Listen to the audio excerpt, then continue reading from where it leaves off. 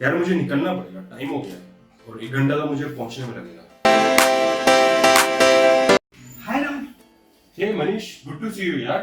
यहाँ कैसे? बस एक मीटिंग थी क्लाइंट के साथ, मैं गुड़गांव जा रहा था। यार मैं अभी निकल रहा हूँ, आप मुझे ड्रॉप कर दोगे गुड़गांव में? क्यों नहीं, चलो टाइम पास भी अच्छा हो जाएगा। चलो, we'll have a good discussion.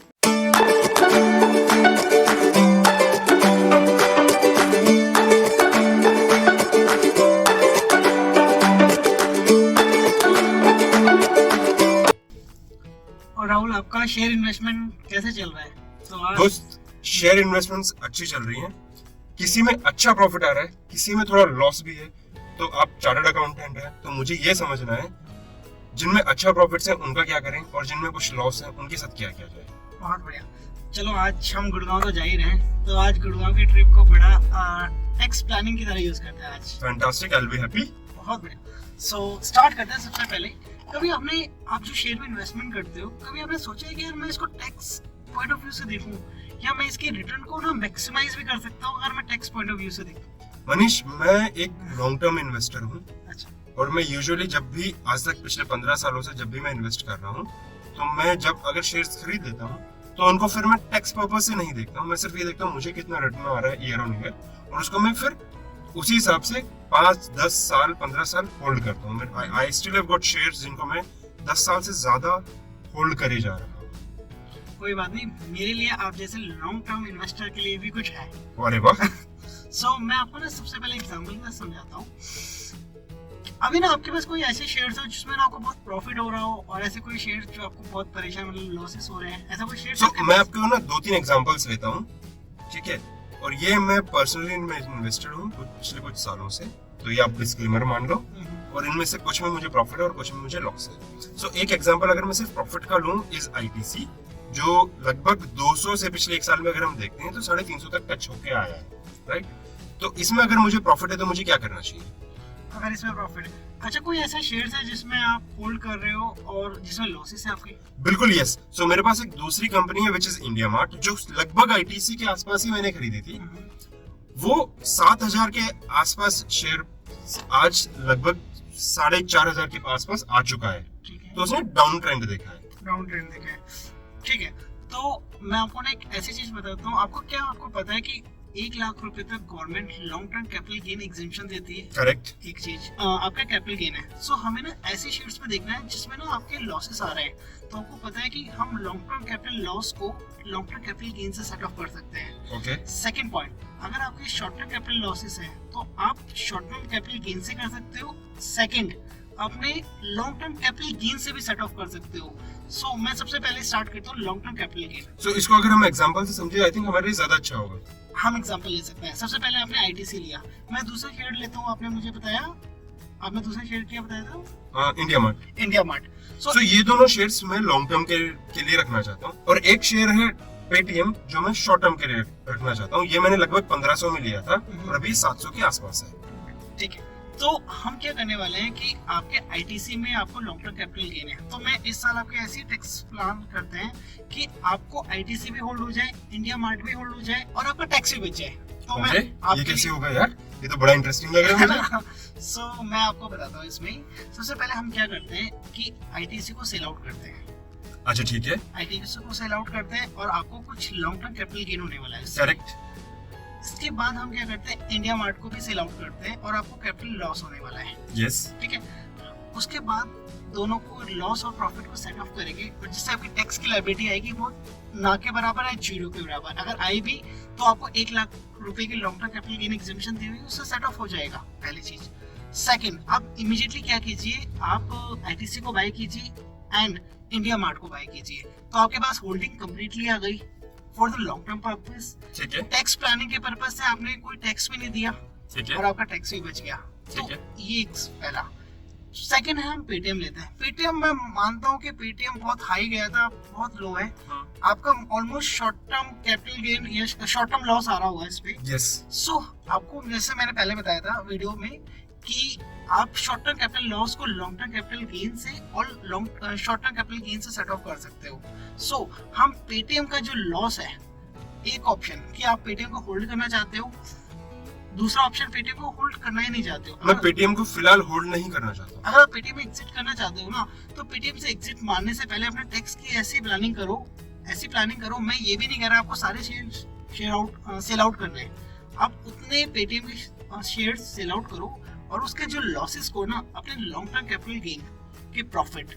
लेकिन मैं आपको उससे भी एक और बेटर आइडिया बता रहा हूँ कि अगर आपका कोई ऐसा शेयर है जिसमें आपको शॉर्ट टर्म कैपिटल गेन है, तो मैं क्या करूंगा, जो शॉर्ट टर्म जो पेटीएम का लॉस है ना, मैं शॉर्ट टर्म से सेट ऑफ करूंगा पहला, फिर मैं क्या करूंगा, आपकी लॉन्ग टर्म कैपिटल गेन से सेट ऑफ करूंगा।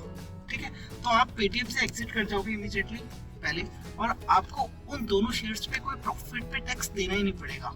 तो हम ऐसा कुछ टैक्स प्लानिंग कर सकते हैं। एक और चीज, ये तो ना मैंने आपको बहुत लिमिटेड शेयर्स के लिए बताया, लेकिन मैंने देखा है कि ना इन्वेस्टर्स करते क्या है, वो अपने शेयर्स पे ना कभी रिव्यू करते ही नहीं है कि किस पे प्रॉफिट हो रहा है, किस पे लॉस हो रहा है। अपने ओवरऑल पोर्टफोलियो पे ही देखते हैं कि यार मुझे इतना मेरा हाइक हो गया, इतना लो हो गया है। सो मैं ये कहूंगा कि आप अपने एक शेयर्स पे जाइए, उसके पोर्टफोलियो पे ये चेक कीजिए उसको शॉर्ट टर्म कैपिटल गेन कितना है, लॉस कितना है, इस शेयर्स को मैं कैसे सॉर्ट ऑफ करूं। तो टैक्स के पर्पस से उसको यूज करो। पता चले आपने लॉन्ग टर्म आपने 1 लाख रुपए का शेयर खरीदा और आपने ना 20 साल बाद उसको 20 करोड़ में बेचा या 10 करोड़ में बेचा, अगर किसी लॉन्ग टर्म की है तो आपको उसमें 10% टैक्स देना पड़ेगा। लेकिन हम उसको इस तरह अच्छी प्लानिंग करके दे तो हम उस मिनिमाइज टैक्स कर सकते हैं। सो मेरे लिए पर एक चीज बताइए, अगर मैं हर साल इसको टैक्स को ऑफसेट करता जा रहा हूँ तो टैक्स तो मैं हर साल पे कर रहा हूँ। यस राइट, जो मान लीजिए मुझे 1 लाख की लिमिट है आपने लॉन्ग टर्म गेन्स पे, जिसमें मैं 10% टैक्स दूंगा। ठीक है, राइट, नहीं 1 लाख से नीचे का अगर मुझे गेन है तो मुझे कोई टैक्स नहीं है, उसके ऊपर मुझे 10% का टैक्स है। मान लीजिए मेरा गेन 1 लाख से ऊपर हो गया, तो मैंने उस पर 10% का टैक्स दिया, तो वो टैक्स चाहे तो मैं आज पे करूं या मैं 10 साल के बाद पे करूं, मुझे बात तो वही आ रही है।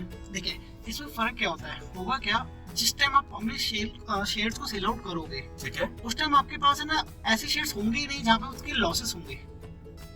आपके पास उस क्या होगा कि जब आपके पास मार्केट होगा उसको सेल आउट कर देते हो, ठीक है, आपने 5-7 साल बाद बेचा जब, तो आपको एग्जिट मारना है, तो एग्जिट मारते टाइम आपके पास वो शेयर्स होंगे नहीं आपके पास कि जिसके लॉसेस को आप अपने गेन से सेट ऑफ कर सकते हो, क्योंकि वो लॉस मेकिंग शेयर्स है ना, आप पहले बीच में ना एग्जिट मार जाओगे, बीच में आप उसको एग्जिट मार जाओगे। सो अगर मैं सही समझ रहा हूँ तो होता यह है कि जब हम शेयर्स खरीदते हैं तो 1 साल हमें प्रॉफिट होगा, 1 साल हमें लॉस होगा, हो सकता है कुछ सालों तक प्रॉफिट रहता है, कुछ सालों तक लॉस भी हो, क्योंकि मार्केट हमेशा ऊपर नीचे होती रहती है। सो आप ये कह रहे हैं हम अपने उन मोमेंट्स पे प्रॉफिट को भी रियलाइज कर लें, लॉसेस को भी रियलाइज कर लें और उनको ऑफसेट करते हुए आगे बढ़ते चले जाएं, पर शेयर्स हम वही रखते हैं उसी कंपनी के। शेयर्स को हम चेंज नहीं कर रहे हैं, सिर्फ हम अपने टैक्स पर्पस के लिए आज सेल किया, कल वापस से खरीद लिया और हम आगे मूव ऑन कर गए।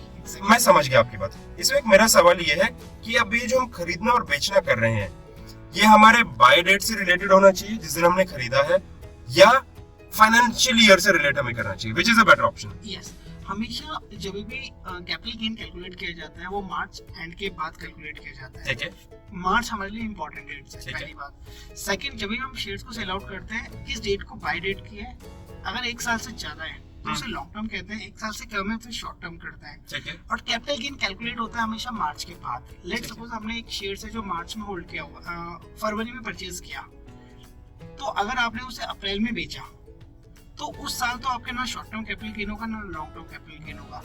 अगर हम उसी साल उसको बेचते हैं तो वो शॉर्ट टर्म कहलाएगा।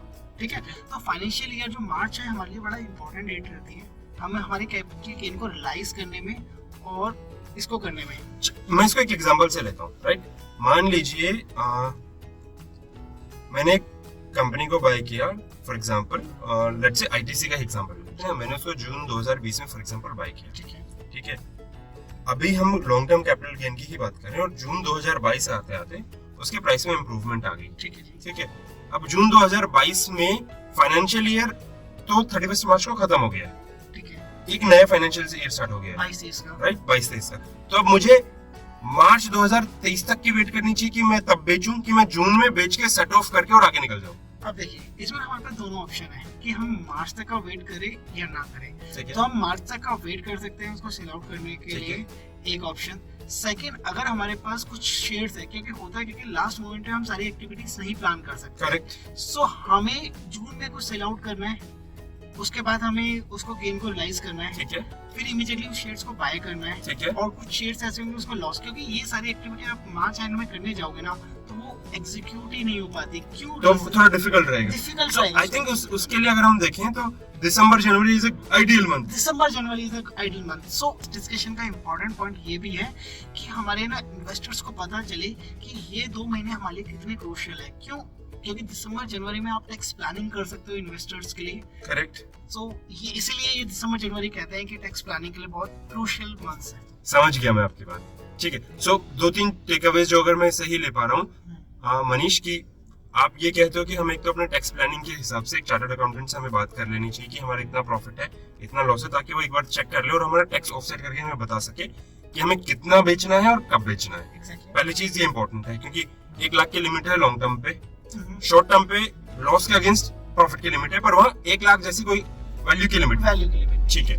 दूसरा, साथ में हमें ये प्लान कर लेना चाहिए कि अगर हम जब भी जिस भी मंथ में बाय कर रहे हैं उससे कोई प्रॉब्लम नहीं है, बट अगर हमें टैक्स ऑफसेट करना है और हमें सही टैक्स प्लानिंग करनी है तो December January becomes an ideal month. Ideal month, exactly. ठीक है। और तीसरा, चाहे हम उस कंपनी को आज बेच रहे हैं जस्ट फॉर टैक्स ऑफसेट, पर हम उसको कल दोबारा खरीद लें ताकि हमारी वो इन्वेस्टमेंट्स इंटैक्ट रहे, इंटैक्ट रहे, तो उसमें कोई फर्क ना है। लॉन्ग टर्म पर्पस है उसको आप फुलफिल कर सके। तो मैं आपकी स्ट्रेटेजी में आपकी जो लॉन्ग टर्म विजन्स है मैं उसको इम्पैक्ट नहीं करना चाहता, बट उसमें से थोड़ा सा क्या टैक्स प्लानिंग का ट्विस्ट ऐड ऑन करना चाहता हूँ बस।